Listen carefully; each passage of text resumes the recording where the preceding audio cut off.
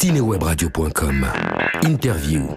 Borsalino avec Alain Delon et Jean-Paul Belmondo, l'un des plus célèbres thrillers et parfait exemple du savoir-faire à la française, est enfin disponible en DVD. Une édition prestige dont les bonus sont signés Agnès Vincent de Rais, l'épouse du réalisateur. Interview d'Agnès Vincent de Rais sur Ciné Web Radio. Madame Vincent de Rais, bonjour. Bonjour. Jeudi sort en DVD, en édition prestige, l'un des films les plus célèbres du cinéma français, Borsalino. Et c'est votre époux, Jacques de Rais, qui a réalisé ce film. Alors on entend souvent parler de Jacques de Rais comme un réalisateur aussi discret que professionnel. Comment était-il, Jacques de Rais ? Extraordinaire. C'était un homme, oui, très discret, mais en même temps qui savait ce qu'il voulait et qui a mené ses films comme on mène bien une barque. Dire sa filmographie est là pour en témoigner. Et il y a eu Borsalino, mais il y a eu tous les autres films également. 10 films avec Alain Delon, 4 avec Jean-Paul Belmondo, 2 avec Lino Ventura, etc., etc. Et il a fait des films qu'on aime plus ou moins suivant ce que l'on aime dans le cinéma français, mais je pense qu'il fait partie de la grande génération des metteurs en scène de la deuxième partie du XXe siècle français, d'un cinéma qui faisait un cinéma qu'on ne fait plus beaucoup malheureusement, parce qu'il faisait partie de ces gens qui aimaient raconter des histoires, et qui n'étaient pas forcément des histoires de tous les jours. Il aimait faire rêver les gens, il aimait que quand on rentrait dans une salle de cinéma pour voir un film, un des siens ou un de ceux de ses maîtres ou de ses amis, les gens oublient tout et vivent le temps d'un film une autre histoire que la leur. Comment est-il rentré dans cette histoire de Borsalino ? Comment est-ce que est venu en fait ce projet à Jacques de Rais ? Eh bien écoutez, c'était pendant le tournage de La Piscine qu'il mettait en scène avec, si ai-je besoin de le rappeler, Alain Delon, Romy Schneider, Jane Birkin et Maurice René, pour ne parler que de 4. Et c'est Alain Delon qui avait acheté le livre d'Eugène Sacomano, qui était un jeune journaliste à l'époque, qui travaillait, je crois, au Provençal, à Marseille, et qui venait d'écrire un livre qui s'appelait Bandit à Marseille, et qui racontait l'histoire d'un certain nombre de grandes figures du milieu marseillais.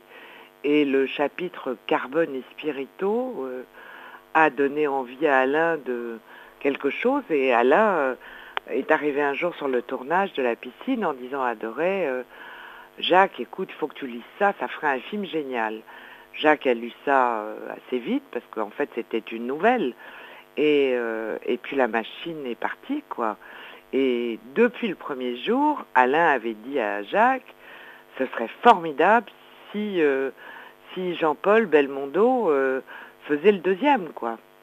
Et le film est parti comme ça, et je veux dire, un film réalisé par de Rais, qui pourtant n'était pas encore un grand metteur en scène. Vous savez que La Piscine est un film culte aujourd'hui, mais à l'époque, La Piscine, ça n'a pas été, ça n'a pas défrayé la chronique. Maintenant, chaque fois que le film repasse, on crie au chef-d'œuvre et au génie, mais à l'époque, c'est un film qui a été très difficile à monter. Donc quand Jacques mettait en scène La Piscine, il avait déjà un certain nom dans le cinéma, mais monter un film produit par Alain Delon, car c'est Alain qui a produit le film, avec Delon et Belmondo, ça va dire vite. Grosse pression aussi pour Jacques de Rais. Oui, mais je crois qu'il était déjà tout à fait bien.